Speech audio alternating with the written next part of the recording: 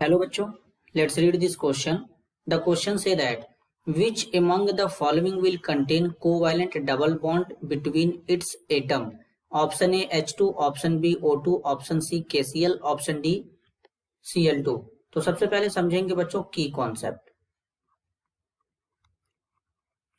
Concept होगा बच्चों covalent bond. Covalent bond का मतलब क्या होता है बच्चों? ऐसा बॉन्ड जो इलेक्ट्रॉनों के शेयरिंग से बनता है उसे कोवैलेंट बॉन्ड कहते हैं।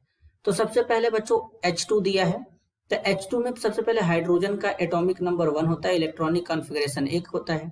तो मतलब दो हाइड्रोजन के एटम इस तरीके से प्रेजेंट हैं, दोनों के बीच में एक एक इलेक्ट्रॉन इस तरीके से शेयर होंगे, और जब एक एक इलेक्ट्रॉन शेयर होंगे तो इनके बीच में सिंगल कोवैलेंट बॉन्ड बनेगा, तो हाइड्रोजन हाइड्रोजन के बीच में सिंगल हो जाएगा।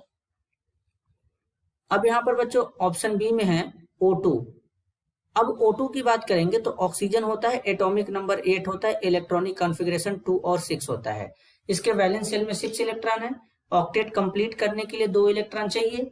तो ये क्या करेगा, दोनों ऑक्सीजन के एटम इस तरीके से होंगे, ये आपस में दो दो इलेक्ट्रॉन को इस तरीके से शेयर कर लेंगे, बाकी इलेक्ट्रॉन जो रहेगा बच्चों इस तरीके से यहाँ पर बचा रहेगा। तो इस केस में इसका कितना हो जाएगा बच्चों, 2 2 4 2 6 2 8 हो जाएगा। दूसरे वाले ऑक्सीजन का भी कितना हो जाएगा बच्चों, 2 4 6 8 हो जाएगा। तो इनके बीच में कितने इलेक्ट्रॉन शेयर हुए हैं, दो दो इलेक्ट्रॉन शेयर हुए, इसलिए इनके बीच में ऑक्सीजन के बीच में डबल कोवैलेंट बॉन्ड बनेगा। नेक्स्ट बच्चों केसीएल में बात करेंगे तो पोटेशियम होता है, पोटेशियम का एटॉमिक नंबर होता है 19, इलेक्ट्रॉनिक कॉन्फ़िगरेशन क्या हो जाएगा बच्चों 2 8, ये हो जाएगा बच्चों। फिर उसके बाद तो इस तरीके से बच्चों यहाँ पे 2 हो जाएगा, फिर 8 हो जाएगा, फिर यहाँ पे 8 हो जाएगा, फिर यहाँ पे 1 हो जाएगा। अब इसके वैलेंस शेल में कितना इलेक्ट्रॉन है, 1 इलेक्ट्रॉन है। तो बेसिकली बच्चों पोटेशियम जो होता है ये मेटल होता है, और मेटल होने के कारण ये इलेक्ट्रॉन डोनेट करेगा। और क्लोरीन जो होता है बच्चों ये नॉन मेटल होता है, इसका एटॉमिक नंबर 17 होता है, इलेक्ट्रॉनिक कॉन्फ़िगरेशन 287 होता है। अगर क्लोरीन को 1 इलेक्ट्रॉन मिल जाएगा तो इसका भी ऑक्टेट कंप्लीट हो जाएगा। तो इस केस में पोटेशियम क्या करता है, 1 इलेक्ट्रॉन डोनेट कर देता है क्लोरीन को बच्चों। इस तरीके से क्लोरीन के पास पहले 7 इलेक्ट्रॉन रहेंगे इसके वैलेंस शेल में। अब 1 इलेक्ट्रॉन पोटेशियम क्या करेगा, यहाँ पे डोनेट कर देगा, इस तरीके से डोनेट करेगा तो K पॉजिटिव आ जाएगा, Cl नेगेटिव आ जाएगा। तो इनके बीच में इस तरीके से बच्चों क्या होगा, आयनिक इंटरेक्शन प्रेजेंट हो जाएगा। तो हम बोलेंगे कि इनमें कोवैलेंट बॉन्ड नहीं होता, इनमें आयनिक बॉन्ड होता है। यानी ऐसा बॉन्ड जो इलेक्ट्रॉनों के ट्रांसफर से बनता है वो कौन सा बॉन्ड होता है बच्चों, आयनिक बॉन्ड होता है।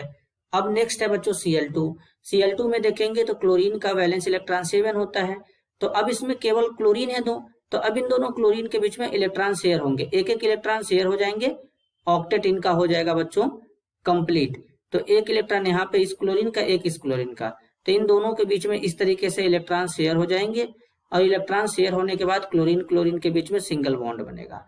तो अब हमको बताना था कि कहाँ पर डबल कोवैलेंट बॉन्ड बनेगा। तो डबल कोवैलेंट बॉन्ड कहाँ पे बन रहा है बच्चों, ऑक्सीजन में बन रहा है। तो इस क्वेश्चन के लिए करेक्ट आंसर होगा ऑप्शन बी, ऑक्सीजन, O2।